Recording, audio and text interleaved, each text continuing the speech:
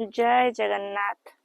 जदि आपण चाहूँଛନ୍ତି ଆପଣଙ୍କର ସବୁ କାର୍ଯ୍ୟରେ ସକ୍ସେସ୍ ପାଆନ୍ତୁ ବୋଲି ଯୋଉ କାର୍ଯ୍ୟରେ ହାତ ଦେବେ ଆପଣ ହେଉଛି ସେଥିରେ ସକ୍ସେସ୍ ପାଆନ୍ତୁ ଆଉ ଆପଣଙ୍କ ସ୍ୱାମୀ ବି ବହୁତ କାର୍ଯ୍ୟରେ ଉନ୍ନତି କରନ୍ତୁ।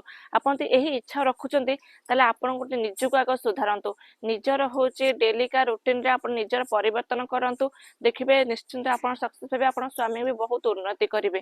କ'ଣ କରିବେ ନା ଆପଣ ସବୁବେଳେ ନିଜକୁ ସଜେଇ ହେଇ ରଖନ୍ତୁ। ସବୁବେଳେ ବିନ୍ଦି ଲଗାଇବା ପାଇଁ କେବେ ଭୁଲନ୍ତୁନି।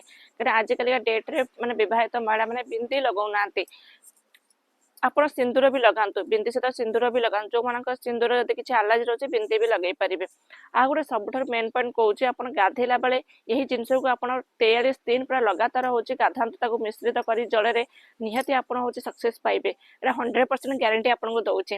କ'ଣ କରିବେ, ଡାଲଚିନି ଗୁଣ୍ଡ, ତାପରେ ହେଉଛି ଲେମ୍ବୁ ରସ ଆଉ ଗୋଲାପ ଜଳ, ଏହାକୁ ମିଶ୍ରିତ କରି ଆପଣ ସବୁବେଳେ 43 ଦିନ ରେଗୁଲାର ଆପଣ ଗାଧାନ୍ତୁ। ଆପଣ ଗାଧେଇଲା ବେଳେ ଜଳରେ ମିଶ୍ରିତ କରିକିରି ଦେଖିବେ ଆପଣ ସକ୍ସେସ୍ ନିଶ୍ଚିନ୍ତ ପାଇବେ। ଆଉ ଯେକୌଣସି କାର୍ଯ୍ୟ ଆପଣଙ୍କ ଅଟକି ଥିବ ନିଶ୍ଚିନ୍ତ ପୂର୍ଣ୍ଣ ହେବ।